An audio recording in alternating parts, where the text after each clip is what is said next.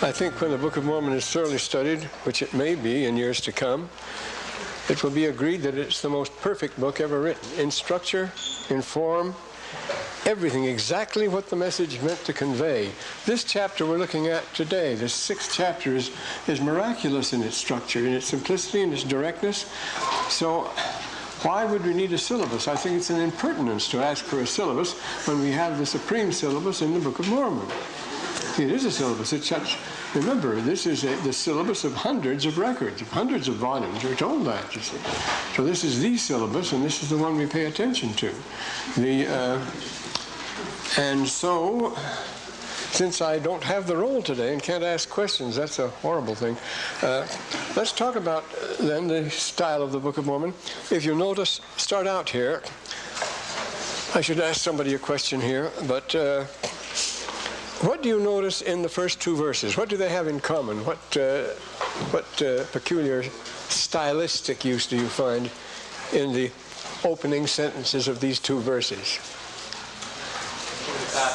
It came to pass. You immediately realize that the Book of Mormon is formulaic, that the ancients wrote in formulas, just as we do today. We don't write in separate individual words. We think and speak in form, but the ancients did it much more than we did.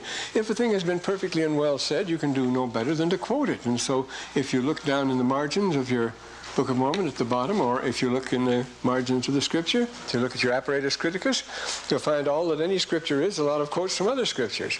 Everybody's quoting everybody else all the time. And that's so with ancient literature too. There was no copyright then. You were free to use anything, and you should be. This copywriting and the stealing of ideas is utterly absurd. As Upton Sinclair used to say, the purpose of a person with ideas is to have them stolen. You're not supposed to keep an idea to yourself. The same thing with an invention. You get your pay, that's all right. This nonsense about royalties and stuff like that. We'll turn that all back to farms. So, first, this idea of story, it came to pass. Now, this is one of the critical points. The Book of Mormon has been criticized for it came to pass, it came to pass. Mark Twain said, if you leave out all the came to passes, the Book of Mormon would be a pamphlet. Do you have to have these things? Well, you certainly do. It helps the Book of Mormon and everything else. It was Nilsson, Martin P. Nilsson, the great Swedish scholar, who calls that the epic technique. When you're reciting and when you're reading a long passage, you have to take a breath once in a while. You have to lubricate the wheels. You can't face a person every sentence with a brand new statement, a brand new idea, starting cold. You must put padding between the sentences, and in Semitic languages, it's absolutely required. To make it easier, see, a third of all the lines in the Odyssey, for example, we quoted that last time, are repeated lines. You repeat. You take a break. You take a breath. And you keep going. And this keeps things going. It also keeps the reader's attention. It doesn't drag. For example, I picked up this morning a very old writing. It's from the Middle Kingdom. Well, it's from the time of Seti II, from the 13th century B.C. It's a famous story. It comes nearest to the writings of the patriarchs. It's like the patriarchal romances, very closely related to the Bible, very much like Genesis, as the story of Joseph and other things like that, and it's Egyptian. I say it goes back to the time of Seti II. And what do I find here? It starts out, I've marked in red, I filled in red here, this expression, Yir Herum Het Heru Kenny. Now it came to pass after many days. It sounds very Book of Mormonish to me, doesn't it? After many days of all things, that's a usage we don't find in the Old Testament. The Egyptians, remember, Egyptians are fond of it. The Book of Mormon is supposed to be written in the language of the Egyptians and the learning of the Jews. So, and then I get down to the next sentence, and it says, Ker Yer Imhet, in Het Tachej, and the second, now it came to pass that after it dawned on the second day, there happened, something happens there. Well, here year actually means now, next in our story, now as to what comes next. But the actual expression, it came to pass, that's this one here. And you'll see, this is the one they go crazy about. Every sentence in this long story begins with either the head or a behold or it came to pass. It's required, you see. So this one starts out here. Here year tarry in Seco. And it came to pass when the time of plowing had come, the Seco, came to pass when the time of harvest come, and then we get a real came to pass, which is this expression, when yin. Now that really means it came to pass. So this starts, it came to, the other is an expression that keeps things going, but here's this her year again, her year im hit. Now it happened after the next day, the next day dawned, there came so-and-so, and then here it is again, her year im hit, heru, kenu. It came to pass after many days, there we are again, it goes on, of these things. Then, later, and then we get a when yin again. And this, it came to pass that he said to his brother, then it came to pass. Now the next one, the next page, there's nothing but it came to pass. Notice every sentence, there it comes. It came to pass, it came to pass. So notice they're written in here, you can fill them in with red because, well, this is a Stahlabdruck, a copy, and where it's written in red, in rubrics. See, in Egyptian you write in two dimensions because you have to have depth. You have to have a stereo effect. Everything that is inspired and to be read in scriptures is written in black. But any comment the man himself has to make, anything the writer has to make himself, which is not divinely inspired, it is not the Medju Netzer, the divine words, that's written in red. That's rubric. That's the red ink. So these are all in red ink. It came to pass is his own idea. He puts in there to grease things and to introduce another statement of the scripture. So it came to pass. Here's the next line. It came to pass. Same thing. When yin set, when it came to pass. Next line, it came to pass. Next line, it came to pass. Next line, it came to pass. It came 7 times on one page. We turn the page and we go, oh, we don't have to go through all this. No, it starts right out again. It came to pass. Here's a long thing in rubrics because here he's making his own concepts. Here, year, then after it passed again, here, and it passed the... when came finally the time of sowing, it was the other time of plowing. When it came the time of sowing, is the story of Joseph and his brethren. See, the time of sowing, when yin, then it came to pass. He puts them both in there. And now, when it came the time of sowing, and now, and behold, then it came to pass. Here it is again, and it came to pass. So you have to put it came to pass. You can't just start a sentence out cold. Just as in Arabic, it would be very bad taste to start out, I saw a dog. You have to say, inna ra'iti kalab. Behold, I saw a dog. And so you have to say that. No, inna ra'iti, you can't say it. Inni, and say when you eat, when you wheeze, you can even say that. It's a common. Well, so we mustn't worry about this. This is strong evidence for what we have here. This came to pass business should be here. It's not out of place at all. You'd have to apologize for it. Well, we're going to ask somebody if style is important. What does style do of a writing? Well, of course, it conditions our response. It establishes the mood of the writer. See, the writer trying to fool you, he can't do it. There's a massive and large work by a German writer called Friedrich Blas on the detecting of ancient forgeries, or what the writer was up to. And you can't fool you. Any long document, it's impossible. There's no such thing, for one thing, as a clever forgery. It doesn't exist. Only if people want to be fooled can they be fooled, but there's no clever forgery. And anyone who forged the Book of Mormon, and here's the rule also is, historical text is the hardest to form because it's not somebody's idea, and anybody's free to have any ideas he wants, you see. But if he's writing historical text like Joseph Smith and having written this big books, hand it to the world and say, this actually happened, this is true. These are just not my reflections like science and health of Mary Baker Eddy, or the writings of the church fathers, which are commentaries on the scriptures. They're ideas, they argue with each other.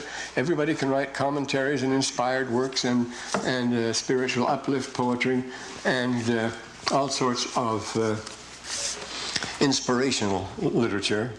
You can grind that out by the ream, there's nothing to it. But sit down and write a history and hand it to people and say, this really happened in such and such a time and such a place.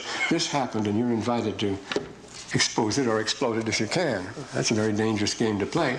And the more you add to it, then you add the danger exponentially. The more you add, the more dangerous this becomes.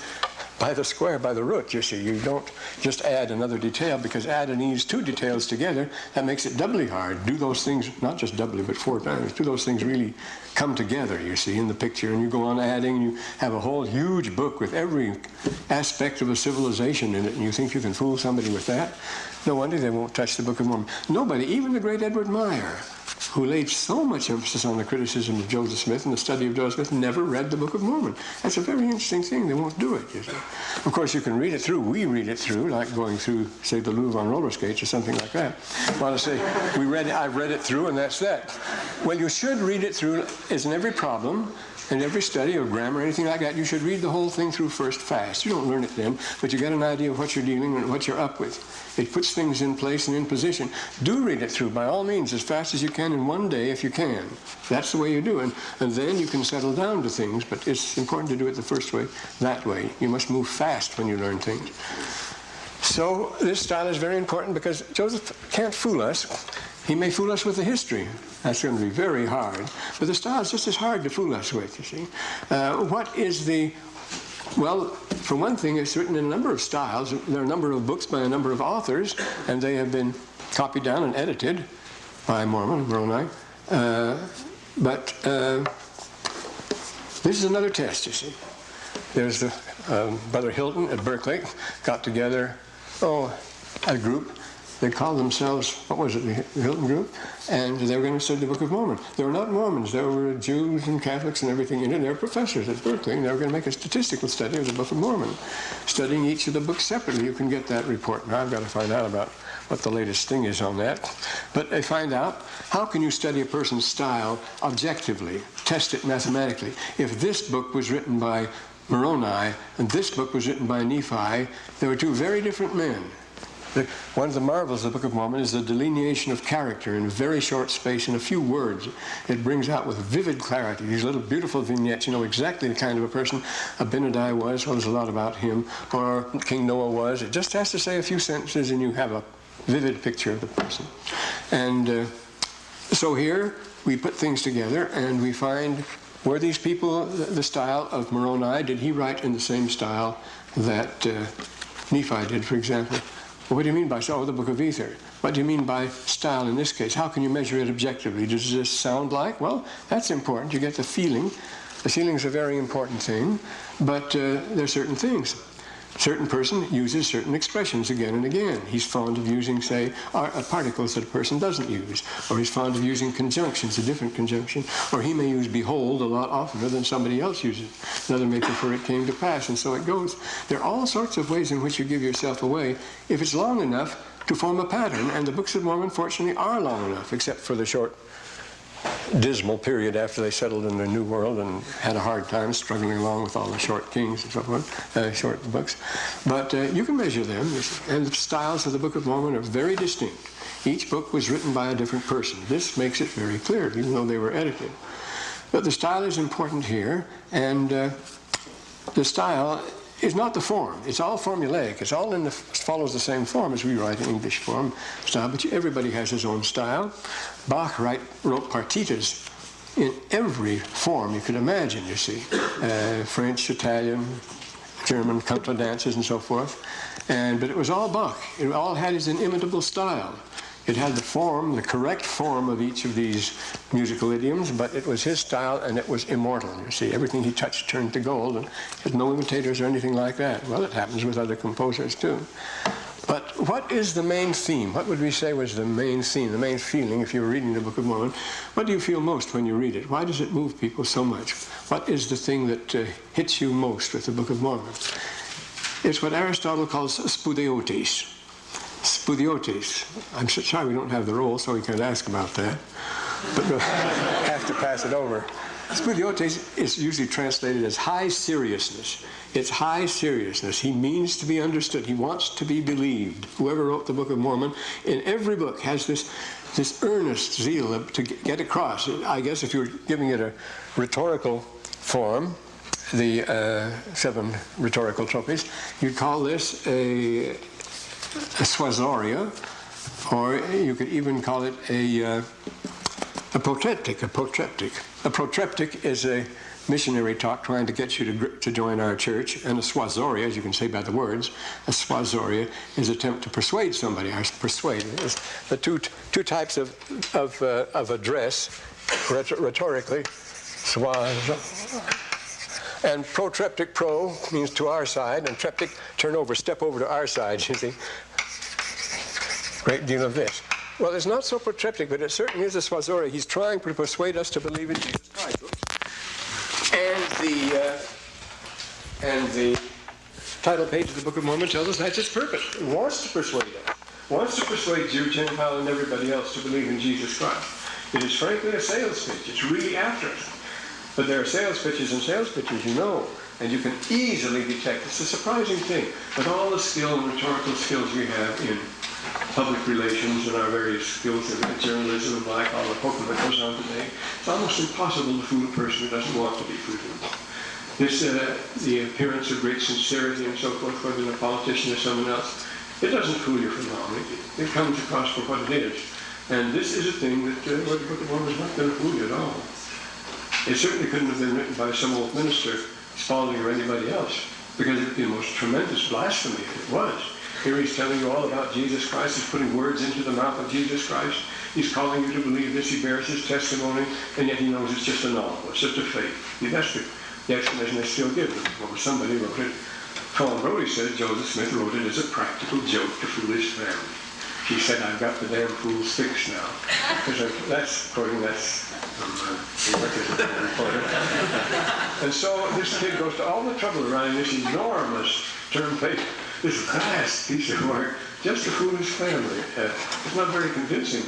Yet they consider Mrs. Brody the authority on this subject. And she hasn't read it. We have her papers up for new review, and her Book of Mormon has a little mark here, a little mark there, and that's it. She hasn't studied it, not at all. Well, it's very obvious in what she writes in it. We don't worry about her. But the style bears the weight of the message here. Now, you notice the Gettysburg Address was sincere. It doesn't fool you. But other speeches we get, Standing Tall, The New Wind, and all this sort of stuff, Morning in America, how far does that fool anybody? It's a very different sort of thing. Now, Matthew Arnold, in his classic work on the translation of Homer, says Homer alone is great for four qualities that he possesses. Homer's four qualities. And no other work possesses them. I'm going to ask you which of these the Book of Mormon stands out for. Four qualities. First of all, most outstanding, the hardest to imitate of a sublime writer like Homer, nobody else ever to pull it off, it's preeminently rapid. Oh, that's what it's preeminently rapid. Now, you don't expect a solemn epic to be rapid and move fast, but it does. He just rushes along, and that's what's unique. Because you get other, Milton, he bumbles along, he moves at a majestic pace, but he is in no hurry. And other writings, it's almost impossible to write a serious work that really rushes along. You have to milk it out. And look at the Book of Mormon. Look at what the speed.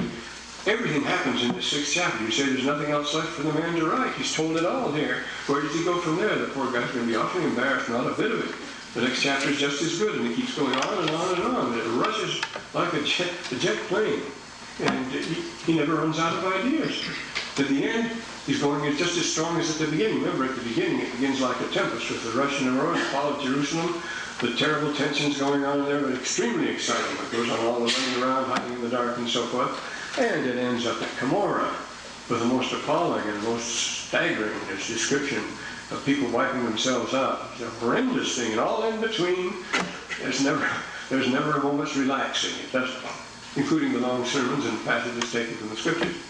So these things are very important. Well, the first is rapidity, which rarely goes with the next. If it ever, in anybody else, he says, goes with the next, which is, he is preeminently noble, lofty.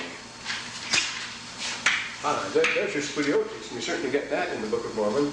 Preeminently, he says, preeminently rapid, preeminently noble.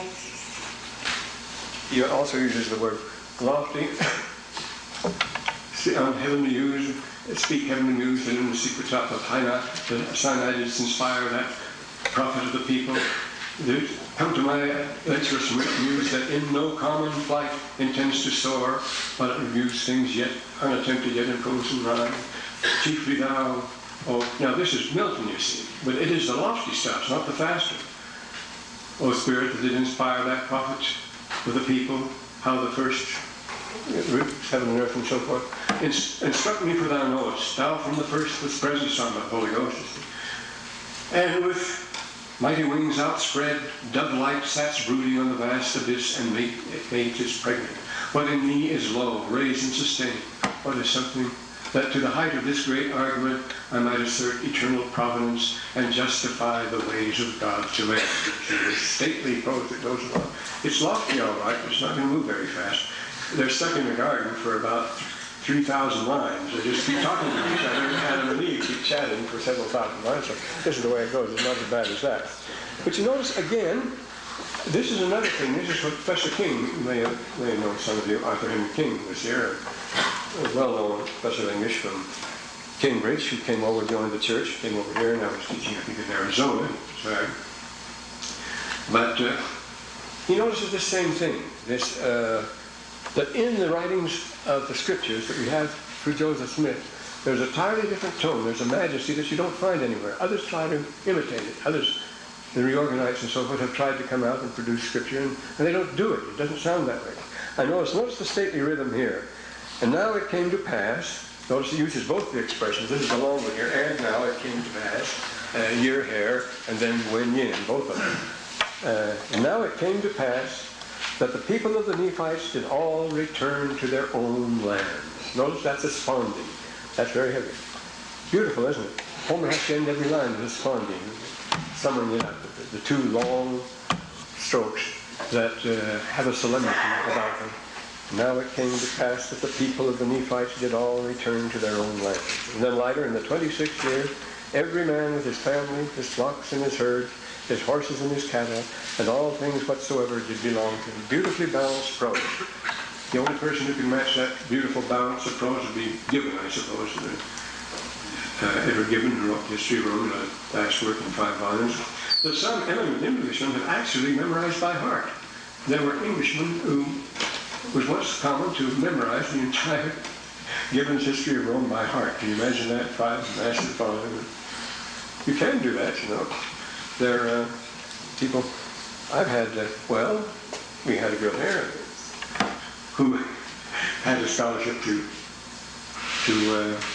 Cairo while she was there. She memorized the Quran. Well, there's some schools in which you're not admitted to certain honors unless you know the Quran entirely by heart.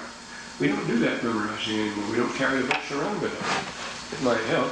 But anyway, we have here, the second quality is that it is noble. And you have to admit the Book of Mormon, right, is noble here, the way it moves. And the third is, it is simple and direct in language. Simple and direct. Clear, simple, direct. Words, what's the expression the Book of Mormon uses? In words of exceeding plainness. And it is in words of exceeding plainness, so you can't. Simple, let's say simple and direct. And direct. In language. Not for trusted books. Simple and direct in language. There's an amazing fact. The studies of the Book of Mormon language all begin with the paradoxical fact. Now Shakespeare uses 34,000 words. He contributed more to the language than any other person by far, including usages and everything else. Yes, I was thinking, well, we won't go into that. But the Book of Mormon, this is what's phenomenal, uses only 3,000 words. The most basic language, it's called the most basic vocabulary, for all the common languages, the least you can get around with, just stumbling and bumbling, is 800 words. But 5,000 words is a minimum vocabulary. You're an ignoramus if you don't know more than 5,000. But the Book of Mormon uses only 3,000 words, that amazingly limited vocabulary. It must, therefore, speak with simple directness and plainness, get the ideas over. It doesn't use a particularly sophisticated word to describe a complex situation. It breaks it down and uses a few simple words that makes it very clear what happens. We get that here. Whatsoever things, and all things whatsoever do belong unto them. Well, you could say, und their superlectula instead of that, but he breaks it down. They brought back all the things that belonged to them after the war. They got them all together again. And the fourth quality is the evidence is simple and direct in ideas, he says. Matthew Arnold. This is Matthew Arnold, famous preacher. He says, this is by him, in language and in ideas, in content, in the stories he tells and so forth. We certainly get involved in it. It happens, but these are human events, people speaking to each other, doing things to each other, but he never gets us involved in sophisticated arguments. He never gets us into deep and tricky matters at all. Even when, say, Abinadi is arguing with the priests of Noah, when they try to trick him and so forth, it's very simple and direct in ideas and in content. In language and in content. The content of the story. Anyone can understand it. We have children's books of Mormon. There's no reason why you have to put a children's books of Mormon, at least in all these horrible animated cartoons. Where Nephi, who's able to put on the armor of the mighty Laban, is a little kid about 10 years old. Oh, terrible. But what else about the style here? It does use, actually, what Martin P. Nelson calls the epic technique of taking a breather between lines and the like. Why the archaic language? Of course, people, more letters written, more questions about that almost than anything else. Why the King James language? That's all. Well, when missionaries go out and preach the gospel in Germany, what do they use? They use the Luther Bible, of course. Well, do we accept it as inspired? Well, as a matter of fact, better than ours, the translators of the King James depended very heavily on the Luther Bible. You don't realize that. Luther beat them to the punch, and they borrowed lots from Luther. But it's a great translation. And if we have any questions of what we mean, then we can always revert to the original quotes. We don't have an original text of either. The oldest text we have, the Old Testament, is from the 9th century A.D., the El Asher Codex, the Ben Asher Codex, and that's from the 9th century A.D. And we have 8,000 different ancient manuscripts of the New Testament, none of which are exactly alike. You take your choice among them, as far as that goes. So we make our constructions. But the Book of Mormon sticks to language that follows, and so do other Joseph Smiths, so does the Doctrine and Covenants, that follows the King James Bible as long as it serves. But if it has to be corrected, if there has to be a change, it doesn't hesitate to give us the other. But we follow that. Why do we use the King James Bible? Because it's the accepted text of the Christian world. You're not going to preach the gospel without it. What Bible did the apostles use in the New Testament? And what Bible does the Lord quote in the New Testament? He doesn't quote it. Well, he's quoting the Hebrews, it's true. But in the New Testament we have, in our Greek New Testament, it's the Septuagint we quote.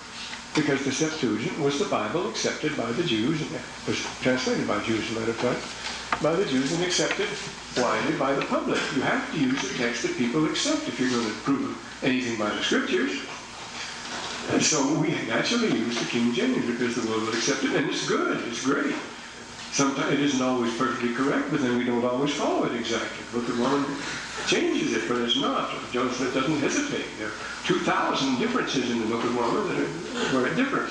So we have changes and corrections and so forth. You're not going to lead anybody. But it's strange people make a big argument of that. Oh, he's just copying from the King James Bible. Well, what language do you expect him to use when we're using the common scriptures accepted by our whole society? So we get the style here, and we go on now, and now we come to this tremendous 15th verse here. We got to the 15th verse of 6th Nephi. It tells us remember what happened first. The pattern is very simple. See, it says here the people are prospered, pride and wealth, class distinctions follow. It tells us much more than that, doesn't it? It tells us when they returned and so forth, and everything was lovely and so forth. They actually rehabilitated the robber, and the result of the post-war boom, there had to be a great deal of public works. Lots of rebuilding of roads, rebuilding of cities. So there was lots of work, lots of contracts, lots to be done, and a lot of people getting rich all of a sudden. And so you have great wealth, great post-war wealth, which leads to the usual, the 1920s and so forth, the pride and the boastings. It's really pride. It doesn't look like pride, for example, but there is being fashionable, say the fashionable yuppie culture and so forth. But the general contempt we have for those not in that particular culture, or not in that particular group, the feeling of superiority we have, and the subtle efforts to maintain ourselves as superior and so forth, we have that in our society. A person who wants to succeed. He wants it all, I want it all, and I want it now. We get this all over the place. You have to have the signs, you have to wear the best clothes, and so forth and so on. And what makes it real pride, of course, is that definitely you are above others. And this is it. You don't realize that we're all in the same boat. We're all a bunch of slobs and nothing else. And but really, when you come down to it, read the sermon of Hosea. I would that you should always keep in remembrance your own nothingness, he said, the greatness and goodness of God and your own nothingness. If you do this, you will always feel to rejoice. You won't be beset by ambitions and frustrations. You really can't fail in that case. If you start out at the bottom of the ladder, you're going to stay there. Your dependence is entirely on the Lord. And if you remember His greatness and goodness, He'll give you anything you want. It's expedient. That's the best part of it. And then remember, and then he says, remember, you're less than the dust. You're nothing at all, and I'm no better than you are, he says. Well, that seems like running down the human race and so forth. But he's talking in comparative terms, and it is true, of course. We can't do anything. We're absolutely helpless. We come to the end of the line, and what do we have? Good examples of that, of course, people being utterly terrified. The weariest and most loathed earthly life, that age, ache, penury, and imprisonment can lay on nature is a paradise to what we fear of death. As Shakespeare says, as Claudius says there, and that's a long speech. But this, you see, when we're faced with that, we're all paralyzed, we're all as nothing. So we can be reduced very quickly. You notice in our nightly TV dramas, how quickly the mood and the pride can change utter humility as soon as the gun changes hand. One carries it, the one who holds the gun is utterly contemptuous. The other is just scum and nothing else. But if by accident he should use the gun and the other should get it, then he's the scum, you see, and the other becomes all-powerful, see, because he has command over life and death. He holds the bow of Nimrod. He can do what he wants, you know. This idea of holding people in contempt, if we have power over them, and immediately the power shifts hands, and we do the same sort of thing. He's such an unstable as water, how unreliable we are, and how quickly we can change from one extreme to another. Well, you see that happen all the time. So we began here, and then you notice it came. This is the way it was. The public, of course, they got rich, and the ranks according to riches, and left the pride. But some were humbled accordingly, and there became a great inequality in the land. Insomuch the church began to be looked at. That inequality is important. Let me read you from Sunday paper. I think I have it here. There is a. Well, that's too good to miss. They had, and that's it was for the new attorney of the year. Here it is. They had interviews with half a dozen of the foremost United States historians, and the leader of them, of course, is Henry Steele Commager. And the article, which is a very long one, ends with his statement, which is this. They're talking about what the 80s brought us, and so scientists view the past decade as a period of folly and stagnation. And this is the closing statement by Henry Steele Commager. Remember what we just read? There was a great inequality in the land. He says, the 1980s, said Commager, created for the first time a class society in America. I think we don't need the Book of Mormon. For the first time, we have a class society. We have that business now. There are permanently poor that don't expect to be anything else, and permanently rich that don't expect to be anything else except riches. So, a great inequality in all that, and that broke up the church.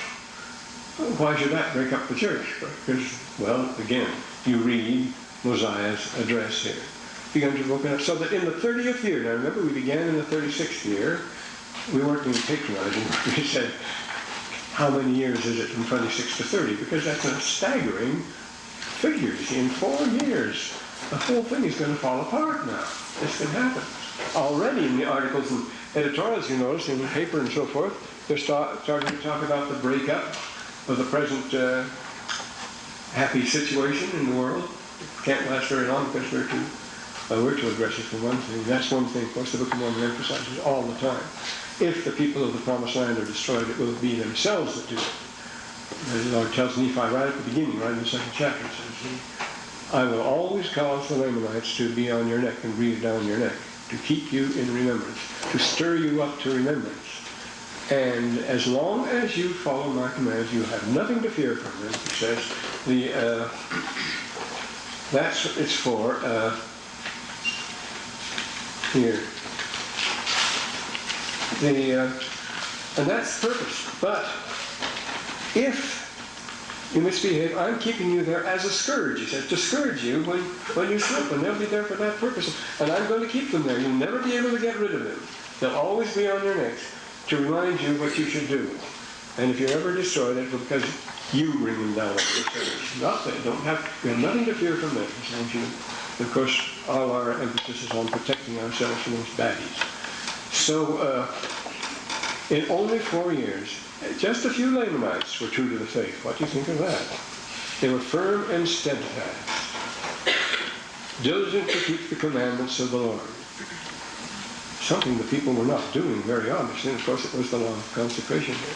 And now he's going to tell us, he's going to explain to us. Now, what, after staggering us in that 14th verse by saying, look, only 4 years in this happened, how can that be? A natural question, so here's the answers. The cause of this inequality was this. Satan had great power, stirring up the people to do all manner of iniquity. Now we come to the character in the Book of Mormon known as Satan, and is he real? This becomes a very real issue too. To do all manner of iniquity, to puffing them up with pride, tempting them to see, for these, no, pride comes first, and then comes the 4 things. If we turn to the last chapter of Nephi, he ends up with these same 4 things, warning the people against it. Nephi 22, it's 22, 23, it's here, I think.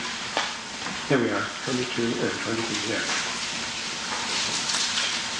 The lust of the flesh, yes, see, for all those who are built to get gain, and those who are built up to get power and gain, they go together, that's our object. That's the 23rd verse of the 22nd chapter of 1 Nephi. It's the last chapter of 1 Nephi, right toward the end of the chapter. The final warning is, built up to get, talking about churches or any societies here. The greatest abomination is this composite, you see, of gain, of power, and to become popular. Again, you must become popular if you're going to stay in power.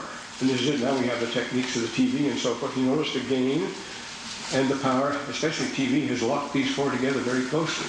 They don't ask you, politicians don't ask you to go out and work for them anymore. They just ask for money to buy TV time. That will win the election.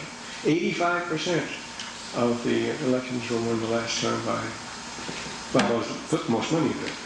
Well, all the churches to get gain and power and popularity, and what do you do? What's the final payoff? What's the only thing? The lust of the flesh, the glitz, the high living, the rich, all that sort of stuff. Those are the 4 things.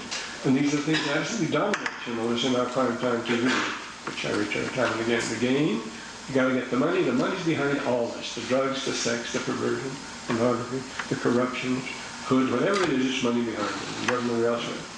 Because they're after power, and you must become popular. It's not only nice to be popular, but your power depends on it. And the lust of the flesh, which are the payoff. And it says the same thing in this 15th verse of the 6th chapter that we're looking at now. The cause of the iniquity of the people was this. Satan had great power. He has the power to stirring up the people to all manner of iniquity, to puffing them up with pride, tempting them to seek for power and authority and riches. That's your popularity. Power and authority and riches and the vain things of the world. That's the fun stuff. That's the stuff, the high living, Tahiti, wherever it may be. And so, thus Satan did stir up the people to do all manner of iniquity in but a few years. You notice the chronicler himself marvels at it. It should take so few years for all this to happen. What will the world be like 4 years from now? Could anybody even venture a guess? Could you even guess for a moment what it would be like? It would be wild if you dare to do such a thing. But I don't worry at all whether I'm alive or not. I'm saying whether I'm around or not at that time. I've got plenty of things to do elsewhere. And they were carried about by the temptations of the devil. To to carry them whithersoever he desired. Notice here is the me first and I want it all. They were carried out by the temptation wherever he desired to get. Now what is there Satan? This is it. Some people don't think there's any Satan. What do we have here? What is the solution here? This, go down here. Can we think of any other explanation of evil? We have here, you see, in the Book of Mormon, we have this tug of war. Do we have to assume the existence of Satan? Don't we have enough evil in our natures to get along without having to be tempted by an outside character, some particularly fiendish person? Then, Mosiah tells us about this tug of war here. I'm going to turn to Mosiah 3:19. We don't have to. And he's giving his speech, and we're up against somebody. And he says, behold, he's talking about the real king. You ought to find the real king and so forth. But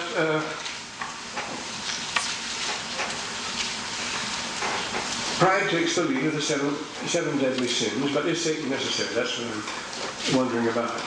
Today there must be something like that. So when you consider what's happening in Mumbai today, there's a group of terrorists.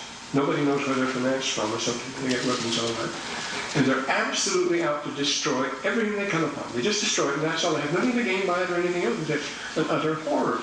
In Mumbai, country the size and wealth of California, would be a marvelous place, but they can't farm or do anything in it because these terrorists. Well, the same thing you get with with certain Indians in the early days, in Southwest Indians, of course. But there's the two groups. There's the one horn and the two horn society. The one horn is very, very dangerous. Don't let them ever catch you out. They're just out to kill. It's just an amazing thing. You should find this sort of thing. Bloodshed. You're going to get lots of delighting in bloodshed in the Book of Mormon. But here, this Satan business. For one thing, it's inseparable. This pride that starts out everything out is inseparable from our existence, is it from our ego. You have to have some pride. You have to have something to hold you up. You have to assert your individuality and being distinct from anybody else. You have to do that or you will wither. But the question is, how far should you go? How far should you assert your own ego and so on? In the 19th century, we went into a carnival of that, which led to Hitler, of course. The thing with Nietzsche, naturally, the Superman. Nietzsche introduced the Superman. Then Superman became the fascination of everybody. You get the super scientist. Superman is still with us. We get the Superman. George Bernard Shaw wrote a series of play Man and Superman. He thought the man could become Superman, and certain people thought they were absolutely Superman. So you have the super scientists and so forth. And the first German romance was Holofernes, a drama about Judith. Judith was the name of the drama, of course. Not her, it's Judith. Judith, I'll think of it in a minute. But Judith is the character of the play, and Holofernes is the hero. Holofernes is the Superman that has to experience everything. This obsession with the Superman absolutely took people over in the end of the 19th, beginning of the 20th century. I grew up in that. We heard this Superman business all the time. Well, Holofernes is burning some poor character on the coals. He is the Lord, the commander and so forth. And the man who's being cooked says, "Ha, Holofernes, du weißt nicht, wie das tut." Oh, Holofernes, you don't have this experience. This is one experience you haven't had. So immediately, Holofernes has to go down and lie down beside him. He can't have this person say he has anything Holofernes hasn't got. So he cooks himself because he can't stand the idea that somebody should have an experience that he hasn't had and should taunt him with it. Well, this is the Superman. We're obsessed with that. As I say, remember what we said, Gonzalo, consider your own nothingness in the goodness of God. So, good and evil are not imaginary situations. They should be, but they aren't. You notice it really is evil here. There's something here. Is it here? Let's get it out. Not like this one. Well, I bet she's closed. These little things stick around. I notice they're here. And this is a good one. It's rather terrifying. Come on, cutie. Here we are. No. Oh, this is an interesting thing. So what can go on in the world? No, how would you explain a phenomenon like this? This is Lebanon. You know, Lebanon is all being absolutely chewed up. There's going to be nothing left of Lebanon. And, I'll find that one of these days. While shells slammed into Beirut Saturday night, The moneyed elite of the Fakra Club, Fakra means pleasure, Fakra Club, an hour's drive from the burning city, just an hour away, dined and danced the night away to the strains of whatever will be, will be. It's a rock. They're like people from another planet, said one West Beirut resident who suffered months of artillery. Now all the town is being destroyed, and a few miles away these people are living in luxury and splendor with plenty of everything and going on. It's an amazing thing. Catan feels the club proves a point, that Lebanon must prevail, however bad is the situation on the streets of the battered capital and so forth. The Fakra Club is a chalet development, just like a fashionable Florida development here, right in Beirut, a few miles from Beirut. A chalet development, it boasts 3 restaurants, 2 bars, a swimming pool, tennis courts, and a squash club. So we have Park City within a short drive of Lebanon, which is being destroyed. The capital, which is the whole country, is a very tiny country, as you know, is being wiped out, and yet these people go around living like that. Well, what a weird world. It's something like a drama by Offenbach, isn't it? It's like 17th and 18th century Venice. It's weird. It's ghostly that these things could happen. So we have these things here. We go on here back to our 6th chapter. It's going to do some explaining here. Satan did lead away the hearts of the people. Therefore they enjoyed peace but a few years. In this 30th year, they were carried about by the temptations of the devil, where he desired to carry them. And you have to give him that power, though, as far as that goes. They were like helpless automatons, you see. This condition is achieved also through the art of rhetoric, salesmanship, and the ancients were susceptible to it. And they're in a state, notice, 4 years later, in a state of awful wickedness. That's what it amounts to. They didn't sin ignorantly, though. They weren't helpless pawns of Satan. Satan has no power, it's going to tell us, but the power that we give him. And that's what all this false representation, misrepresentation, false advertising, and so forth, is to lead us astray, to make us willing to follow and so forth. The objectors, and they did it willfully rebel against God. Those who happen to stumble upon a passage by Heilbronner here, who was the foremost American. No, this is another one. This is a book from way back. This is W.H. White's book on the organization layer.